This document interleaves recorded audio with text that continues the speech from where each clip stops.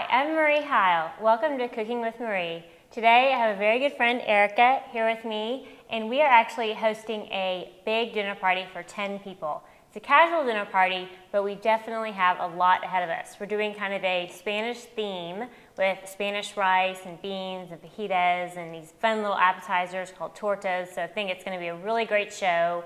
A lot of new and fun dishes. Yes. So yeah, are you excited? Very. Well, good. Well, lots of new stuff. Yes, good. Well, let's go ahead and get started.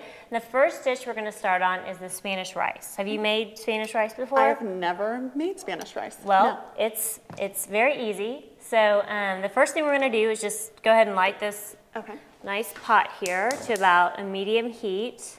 All right. And then grab the olive oil and put about 2 tablespoons or so. I can hear my dog out there. You like dogs? Love them. Yes, me too.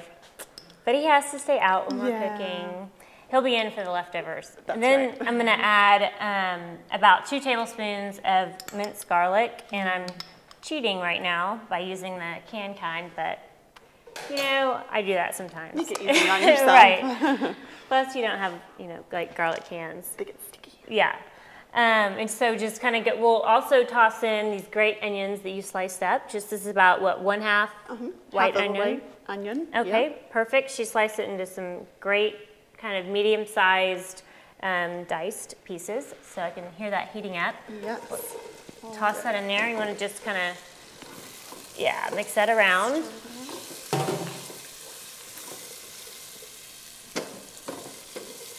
Looks good.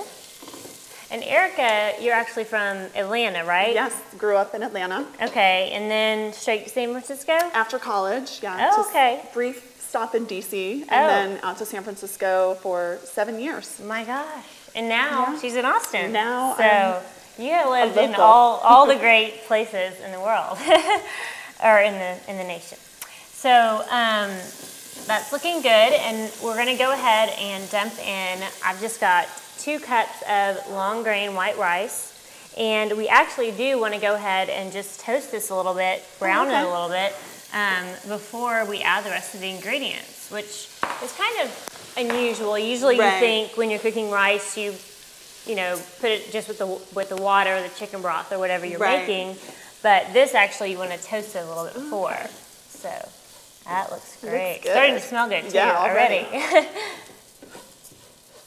Nice. Good. Do you let it get some color on it? Yeah, or just a little bit. Yeah, Lightly brown. Yeah, it looks great. So does San Francisco have good Mexican food, or is it kind of hard to find? It does? But it's definitely kind of California Mexican, I'd say. I see. Their own take on it. Yeah. And San Francisco in particular, burritos. Burritos are the thing. Yes. Interesting. Everybody thinks they're an expert on the best burrito in How town. funny. Yeah. Well, there's a lot more variety down here, I bet. for sure. Yeah, definitely. Always easy to find a good Tex Mex restaurant. So, well, that looks great. Let's go ahead and add, the next thing we're going to add is some just canned chicken broth, and easy to open. And I got a low sodium one, always trying to kind of watch your salt. Right. Add that in there. And I'm debating whether we might add one more. Might add about half. There's another one right there if you want to grab that. Yeah, we'll add a little more. Okay. And then we're going to go ahead, if you want to turn that up, we're going to bring it to a boil. Okay. Yeah, so about 2 cans. Since we're cooking for a crowd, we doubled the recipes. People to feed. So we'll bring that to a boil, and then in a minute we're going to add some petite cut diced tomatoes. You could also use fresh tomatoes, but it's always, you know, it's easy. Just use the can, plus you get all the juice in there. And then later, once most of the liquid has reduced and it's, you know, looks like rice, then we're going to add some canned peas and canned corn, and it'll be this really kind of red color with beautiful yellow and green. That's where the color comes from, the tomatoes. Right, and then that'll be done, and we'll just garnish it with some cilantro, and so really pretty easy, huh? Easy, very simple. Okay, so let's put a top on that while it bring it to a boil. We'll check on it in a minute. Okay. And then let's move on to our chili con queso, which is one of our appetizers. Yeah, always good. So now we're going to start with the chili con queso, and what you need is about a 32-ounce block of sort of a cheese substitute, an easy melting cheese. So all I'm going to do is just chop this into some blocks just to make it easier to melt.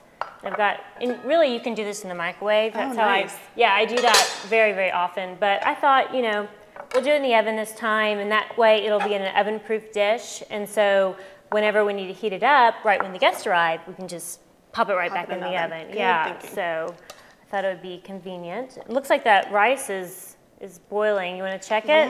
Yeah. Yes. Oh yeah, it is. Great. Definitely. Go ahead and reduce that to a simmer. Okay.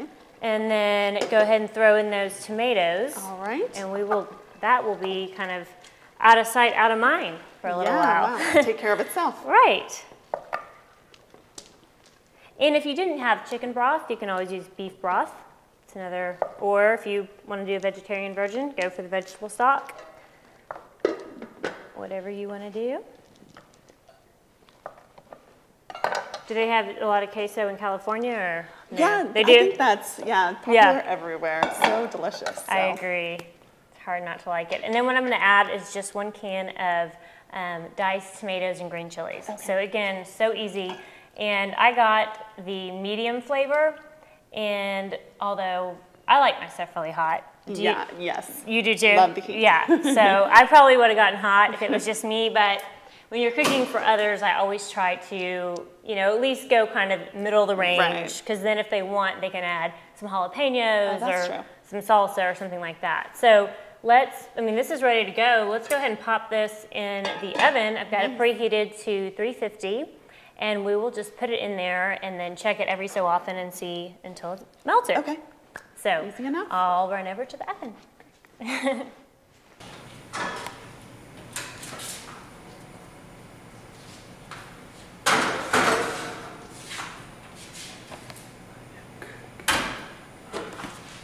Okay, so we've already knocked out 1 appetizer, 1 side dish, and so now we're ready to move on to the next side dish, which I'm really excited about. These little tortas.